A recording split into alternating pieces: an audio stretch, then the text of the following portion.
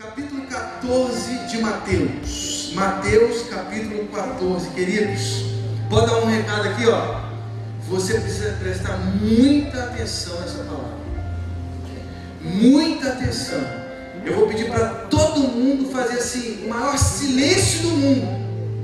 O maior silêncio. Então fala com a pessoa do seu lado assim, ó. Não vamos conversar agora não. Fala aí. Não vamos conversar agora não. Nós vamos ouvir, fala assim, ó, vamos ouvir a palavra de Deus. E fala assim, ó, o pastor Ranz é sanguíneo, ou seja, estou brincando, fala assim, tá? Só quero que você preste muita atenção, porque essa palavra, né, que Deus colocou no meu coração, eu tenho certeza, vai abençoar o coração de cada um de vocês, amém? Mateus capítulo 14, a partir do verso 22, quem encontrou diga amém. Mateus é o primeiro livro do Novo Testamento. Você vai lá no capítulo 14, verso 22. Olha o que diz a palavra de Deus. Logo em seguida, Jesus insistiu com os discípulos para que entrassem no barco e fossem adiante dele para o outro lado, enquanto ele despedia a multidão. Olha o desafio. Isso aqui é um discipulado, irmãos. Para o outro lado, olha aí, verso 23. Tendo despedido a multidão, subiu sozinho ao monte para orar. Ao anoitecer, ele estava ali sozinho, mas o barco já estava a considerável distância da terra, fustigado pelas ondas, porque o vento soprava contra ele. Verso 25.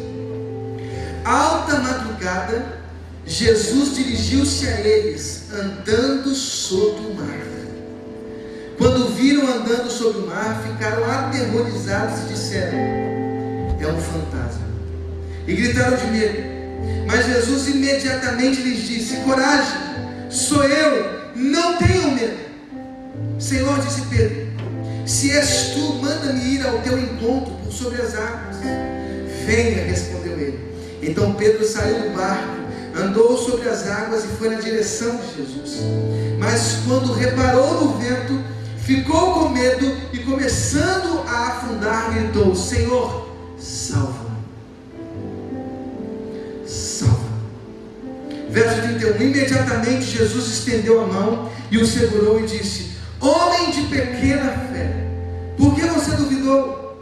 Quando entraram no barco, o vento cessou. Então os que estavam no barco o adoraram, dizendo: verdadeiramente tu és o Filho de Deus. Depois de atravessarem, chegaram a Genezaré. Até aí, verso 34. Feche seus olhos mais uma vez e nós vamos falar com Deus. Deus, muito obrigado por essa noite tão especial. Que o Senhor renove as nossas forças, porque nós cremos que o Senhor é maior do que as nossas expectativas. O Senhor é maior do que as nossas expectativas. O Senhor é maior do que aquilo que nós esperamos. E nós te pedimos, fale conosco, surpreenda-nos nessa noite, no nome de Jesus. Amém. O tema dessa noite é Jesus. Como é que é? Eu mandei para o seu WhatsApp. Quem que me recebeu aí pelo WhatsApp? Jesus é maior do que as nossas expectativas. Jesus é algo muito melhor que nossas expectativas. Você crê nisso? Jesus é muito melhor, muito maior que as nossas expectativas.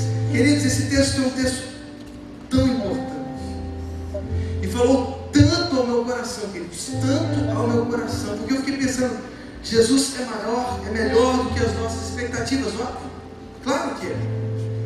Mas qual texto, eu perguntei para Deus, qual texto poderia expressar tão integralmente essa mensagem?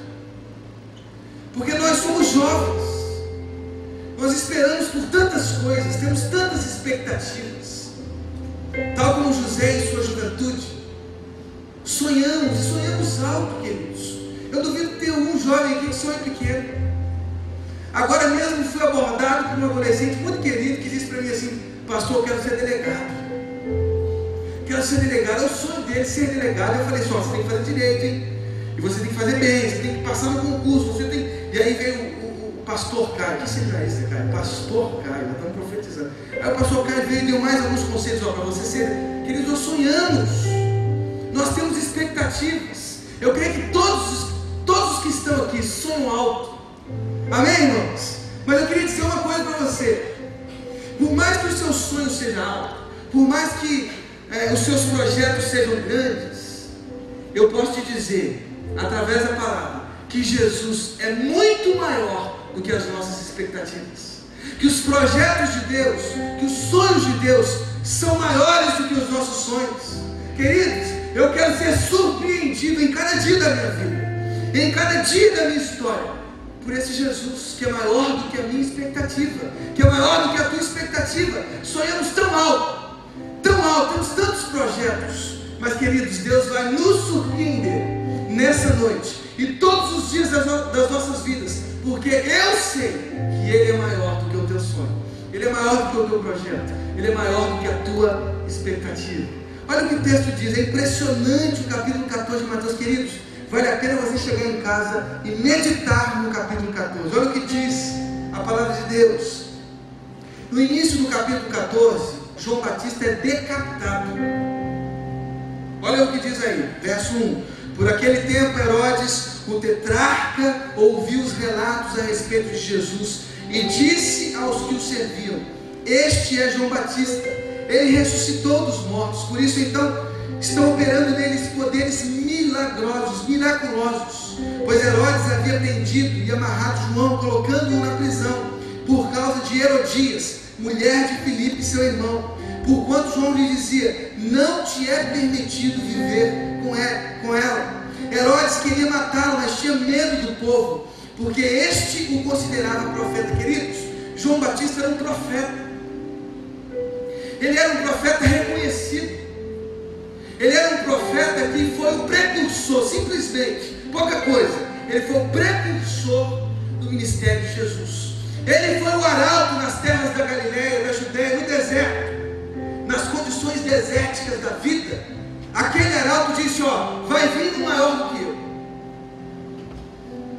Eu não sou digno de desatar as sandálias dele, ele é muito maior. Querido, João Batista foi simplesmente um canal de Deus para o anúncio da vinda de Cristo. Ele foi simplesmente o maior, segundo Jesus, entre os nascidos de mulher, diz a palavra de Deus.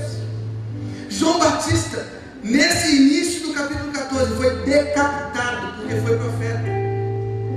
Porque disse para Herodes: ó, essa esposa que você tem é de seu irmão Filipe. E por causa dessa acusação, por causa dessa sinceridade de João Batista, ele foi decapitado, teve a sua cabeça cortada. E aí o verso 12, olha o que diz o verso 12, capítulo 14, verso 12.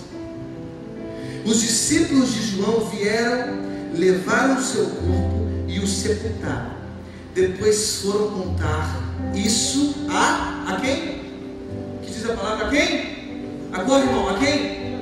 Isso aí, está todo mundo acordado. Eles foram contar a Jesus. Olha o que diz o verso 13. Agora você precisa prestar bem atenção, muita atenção. Verso 13. Ouvindo o que havia ocorrido, Jesus retirou-se de barco, em particular, para um lugar deserto. Queridos, Cristo ficou tão triste com a morte de João Batista, que o que ele mais procurava ao ouvir as notícias de sua decapitação era um lugar deserto, era o alto de um monte, para chorar, para viver aquele luto.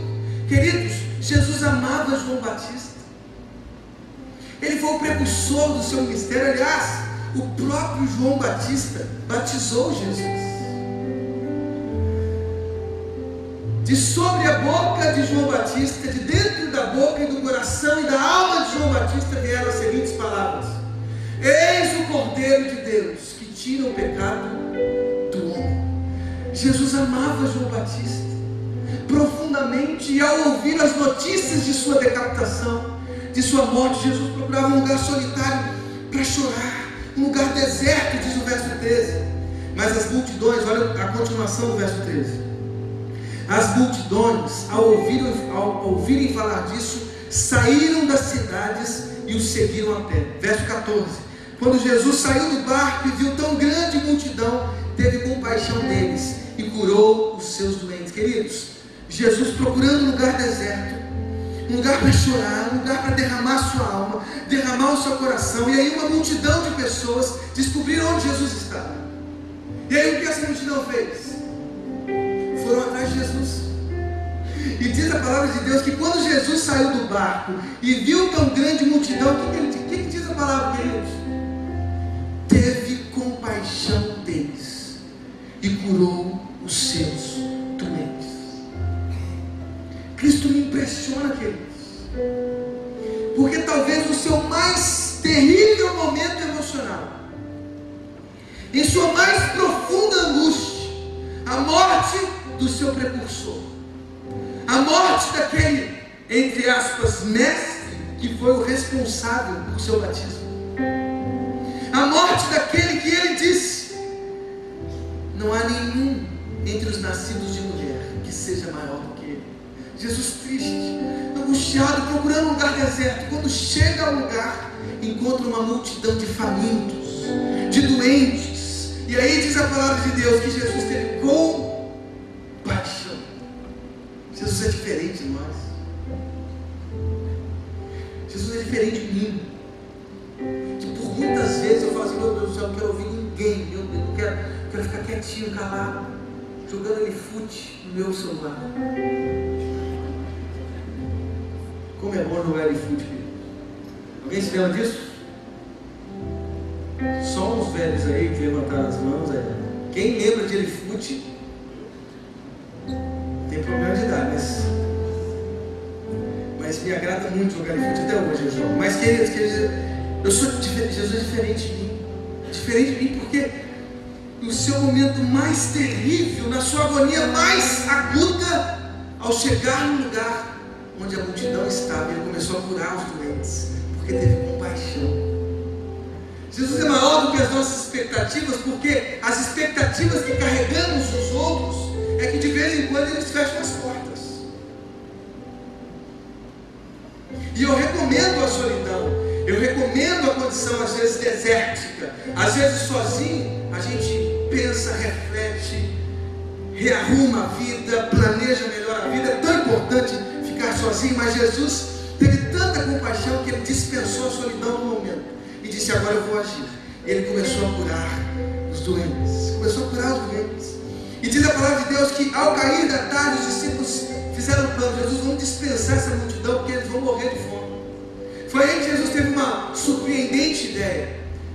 Quantos pães temos? Quantos peixes? Eles disseram: nós temos 5 pães e 2 peixes. E aí Jesus ousadamente disse aos discípulos: dai-lhes vós de comer.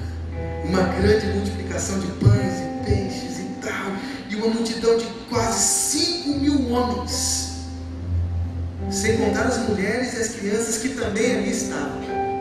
Todos se alimentaram, todos saíram fartos, espiritualmente falando, porque Jesus foi curando os doentes, foi abençoando as pessoas, as famílias, os casais, as crianças.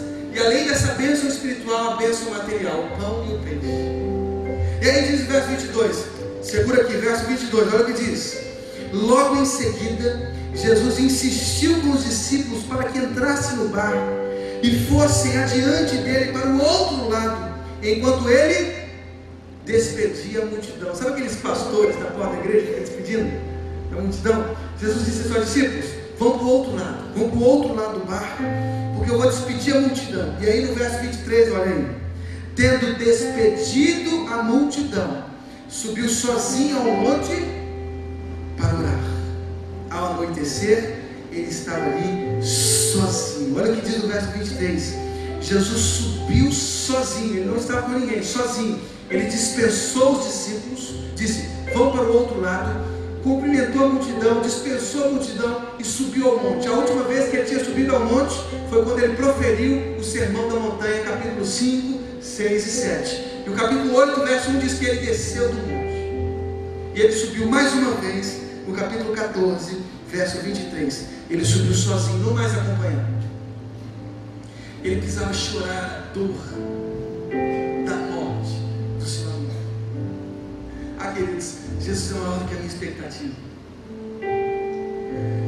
enquanto no século 21 nós sustentamos ainda as teologias tão antibíblicas da prosperidade, Cristo sobe ao monte para chorar. Jesus é algo muito melhor que as nossas expectativas, porque Ele era um ser humano pleno, carnal, diz a palavra de Deus, e o Verbo se fez carne, não carnal no sentido pejorativo, mas corporal. Ele era um ser humano, Ele sentia dor, Ele chorava, Ele sentia sede. Ele pediu à mulher samaritana: me dê algo de beber. Ele sentia sede, Ele sentia fome. Capítulo 4 de Mateus, o tentador disse assim: transformem essas pedras em pães. Jesus estava com fome. Ele sentia a violência da angústia. No Getsemane, capítulo 26 de Mateus, ele disse: a minha alma está profundamente triste até a morte. Ele sentiu o desamparo. Capítulo 27 de Mateus, na cruz ele disse: Deus meu, por que me desamparaste? Cristo, mesmo sendo Deus, era humano, tinha sentimentos humanos, carregava a tristeza dos homens, e por isso subiu ao monte e foi consolado pelo Espírito Santo de Deus. Mas antes disso, ele teve compaixão. Ele curou os enfermos, ele tratou os doentes, ele foi tratando cada um, todas as famílias, e ele alimentou. E aí o que me impressiona, olha aí, verso 24: mas o barco, olha aí, mas o barco já estava a considerável distância da terra. Quando nós lemos o Evangelho de João, capítulo 6, a partir do verso 16, o evangelista João dá a precisão de onde eles estavam. Segundo João, eles estavam cerca de 5 ou 6 quilômetros para dentro do mar, para dentro do lago, 5, 6 quilômetros. Os discípulos, ao ouvirem o Cristo, eles saíram de perto de Jesus, que dispensava a multidão, e eles entraram no barco e navegaram por 5, 6 quilômetros. E aí diz o texto, verso 24: mas o barco já estava a considerável distância da terra, fustigado pelas ondas, porque o vento soprava contra ele. À alta madrugada, Jesus dirigiu-se a eles, andando sobre o mar. Quando viram andando sobre o mar, ficaram aterrorizados e disseram: é um fantasma! E gritaram de medo. Queridos, agora preste bem atenção nisso, preste muita atenção nisso, preste muita atenção nesse verso. Queridos, diz a palavra de Deus que eles estavam aterrorizados. Eles eram pescadores experientes, eles conheciam o mar, eles conheciam o lago, mas algo tão tenebroso tomou o mar. Os ventos eram tão contrários que eles ficaram desesperados, aterrorizados, diz a palavra. Alta madrugada, queridos, sabe o que significa alta madrugada? É a 4ª vigília da noite, entre 3 e 6 horas da manhã. Agora pense o cenário, pense no horripilante cenário: você navegando no mar, a 6 quilômetros de distância da terra, numa profunda escuridão, 5, 6 quilômetros, eram entre 3 e 6 horas da manhã, e aí aparece uma pessoa andando sobre o mar. O que você faria, queridos? Eu faria tudo, eu rezaria, eu queria, eu invocaria, estou brincando, eu faria isso, mas eu pediria: Cristo, me salve disso. Estou no meio do mar. Não sei se vocês já fizeram cruzeiro, mas eu já fiz cruzeiro. Quando você vai no alto do barco e você vê o mar, cara, é muito escuro, é muito terrível. E pense só, porque hoje a gente sabe que tem debaixo do mar peixe, não é isso? O que tem debaixo do mar? Peixe, tubarão, algumas coisas assim. E eles, a concepção antiga sobre o mar, eu já disse isso há alguns domingos, né, no início do ano, quando estávamos brigando sobre Apocalipse. O mar, para os antigos, para a sabedoria antiga, era uma morada de horrores, era uma morada de terror, de dragões, de desespero. Aliás, as bestas feras do Apocalipse vieram sobre o mar. Era a morada dos medos, dos temores. Queridos, o mar dava medo, porque eles não tinham o mesmo conhecimento náutico que hoje nós temos. E esse medo era tão grande, aí aparece um ser humano caminhando sobre o mar. E eles disseram: é um fantasma. Essa palavra aparece só uma vez no Novo Testamento, e 2 vezes na Septuaginta, que é o Antigo Testamento traduzido para o grego. Uma vez, ou seja, Eles nunca falaram assim, é um fantasma. Aqui disseram, é um fantasma. Meu Deus do céu, desespero total, medo, terror. De fato, eles estavam certos. O mar é a morada dos monstros. O mar é a morada dos medos. Eles estavam, diz a palavra, aterrorizados. E disseram, é um fantasma. E gritaram de medo. Mas Jesus imediatamente lhe disse, coragem, sou eu, não tenho. Agora, gente, olha que coisa impressionante. Jesus é maior do que as nossas expectativas. E nós estamos falando de tantos sonhos, tantos projetos. E nós queremos realizar isso durante a nossa vida, amém? Os nossos sonhos serão realizados conforme a vontade de Deus, eu creio nisso. Mas eu creio muito nisso. Quando eu olho para cada um de vocês aqui, eu vejo conclusões, formações, casamentos, pós-graduações, a compra de uma casa, de um apartamento, olha que coisa linda, um carro. Eu vejo essas concretizações em cada um de vocês aqui, em nome de Jesus. Filhos. Eu vejo tantos sonhos sendo realizados aqui através de vocês. Que coisa linda que eu estou vendo aqui, que coisa linda, queridos. Eu creio nisso. Eu acredito que os jovens da nossa igreja, os jovens que estão aqui e que se fortalecem na palavra, que se fortalecem em Cristo, terão seus sonhos realizados pelas mãos do próprio Deus. Eu creio nisso. Você crê nisso, amém? Mas, queridos, para chegar até lá dá medo. Quantas vezes somos tomados pelo medo, pelo pavor da vida? Algumas decisões são complicadas, difíceis. Meu Deus, será que eu caso com esse cara? Ele é normal, maníaco, estuprador, ele é crente, eu não sei o que ele é. Eu caso com ele ou não? Medo, desespero, não é verdade? Você namora uma pessoa, dá 3, 5 meses, você encontra um dragão, um doido, um doente, um psicopata, uma louca. Queridos, a gente fica com medo. Fica com medo. Quantas experiências ruins que já tivemos na nossa história e que nos dificultam decidir. Alguns namoros frustrados, um trabalho que te decepcionou, uma amizade que te decepcionou, a própria família talvez tenha te decepcionado, pessoas queridas, próximas de você tenha te decepcionado. O medo toma os nossos corações, o pavor toma a nossa alma. Queridos, não há como sustentar a nossa vida com tanto pavor, com tanto medo. Algumas pessoas são tomadas até em algumas circunstâncias, em alguns momentos por medos inexplicáveis, por síndromes inexplicáveis. Fazer o que é a vida? Queridos, tantos medos que temos, e eu ainda continuo vendo a realização dos nossos sonhos, dos nossos projetos. Por quê? Porque olha só, pense só você. Jesus está desse lado do mar. Os discípulos estão a 5 quilômetros, queridos, calcule isso, 5 quilômetros. Você já andou 5 quilômetros? Eu já fiz essa loucura, 5, 6 quilômetros. É muito chão, gente. É muito chão. Pare para andar 5, faça isso quando chegar em casa hoje. Ande 5 quilômetros. 5 quilômetros, 6 quilômetros, faça isso. Você vai entender a distância que... Preste atenção. Os discípulos estavam no meio do lago. O mar onde habitam os medos, os piores pavores, os dragões, tempestade, ventos contrários. E aí, Jesus, depois de ter subido ao monte, depois de ter renovado as suas forças, porque ele estava mal, ele começa a caminhar por 5 quilômetros. Só que você raciocinou errado, porque senão você estaria dando glória a Deus agora. Sabe por quê? Andar 5 quilômetros no asfalto já é difícil. Preste bem atenção, no asfalto é difícil. Ou 5 quilômetros lá naquela pista de corrida que tem perto da sua casa, é fácil 5 quilômetros. Agora você vai ter que glorificar Deus. Cristo andou 5, 6 quilômetros por sobre o mar. E ele foi andando por sobre o mar,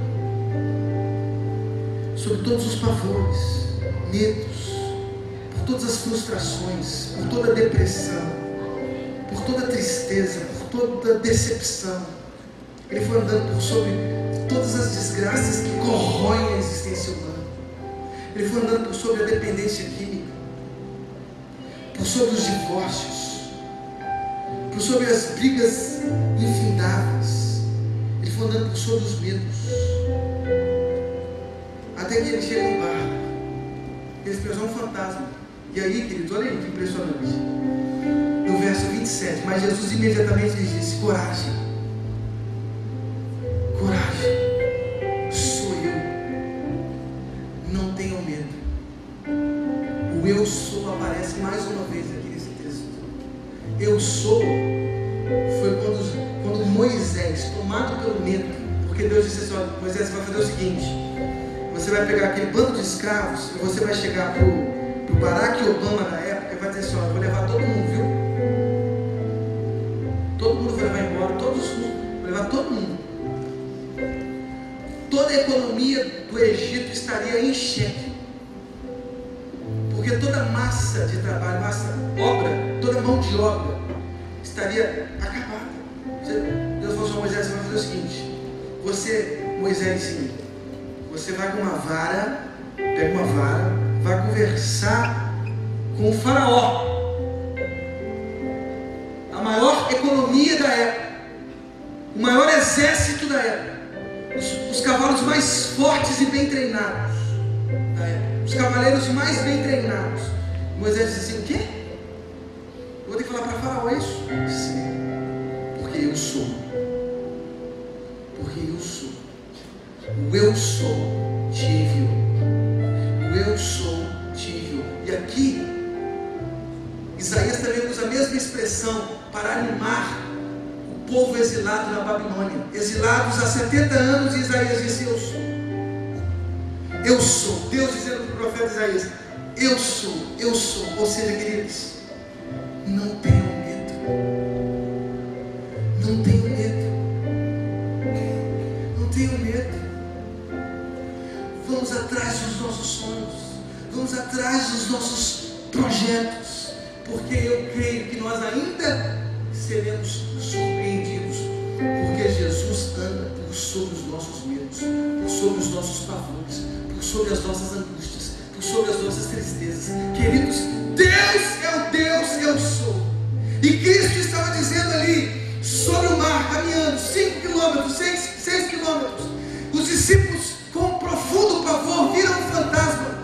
És tu, Cristo? Sim, eu sou. Tenham coragem. Sou eu que estou aqui. E aí Pedro disse assim: se és tu, me manda ir ao teu encontro. Pedro sempre tomava iniciativa.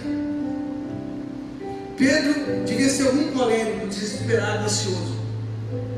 Se é o Senhor, eu nem quero caminhar. E Pedro começou a caminhar. E diz a palavra de Deus que quando ele olhou os ventos, o que aconteceu?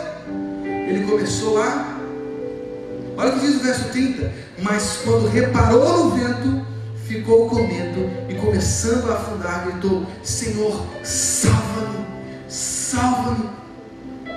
Imediatamente Jesus estendeu a mão e o segurou e disse: homem de pequena fé, por que você duvidou? Por que você duvidou? Queridos, por que nós duvidamos? Temos tantos sonhos, tantos projetos lindos, e a pergunta é: por que duvidamos?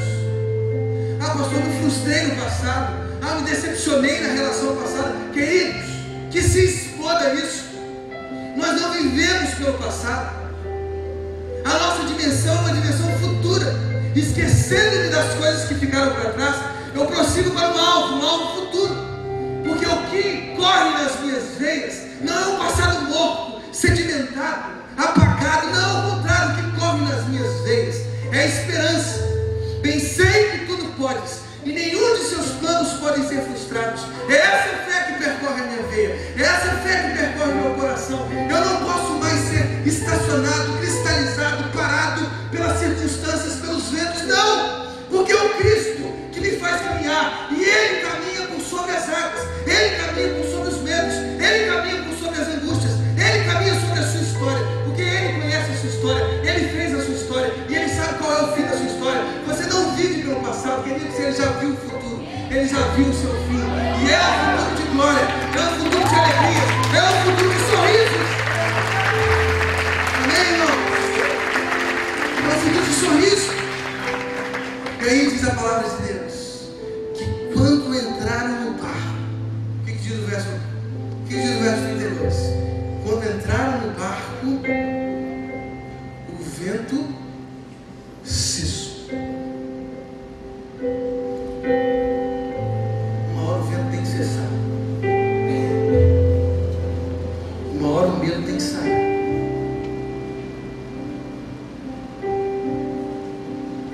Porque Jesus é maior, muito maior do que as nossas expectativas. E Ele vai nos surpreender. Continue sonhando com o seu casamento. Continue sonhando com os seus filhos. Continue sonhando com aquela formação linda que você quer ter. Continue sonhando em ser delegado, em ser médico, em ser pastor, em ser um político honesto. Porque até nisso eu creio. Creio mesmo, estou falando sério, creio. Tem que ter alguém, pelo amor de Deus. Continue sonhando em ser um jogador de futebol. Não para encher o teu bolso de dinheiro, para aparecer em todas as mídias, mas que através do teu sucesso, o nome de Cristo apareça. Continue sonhando, queridos. Qual é o problema de sonhar? Todos nós temos sonhos. E eu vou continuar sonhando os meus sonhos. E você vai continuar sonhando os teus sonhos. Não serão os medos que vão apagar os nossos horizontes futuros. Porque Jesus caminha sobre os nossos medos. Jesus é muito maior do que as nossas expectativas. Se coloque de pé nesse momento.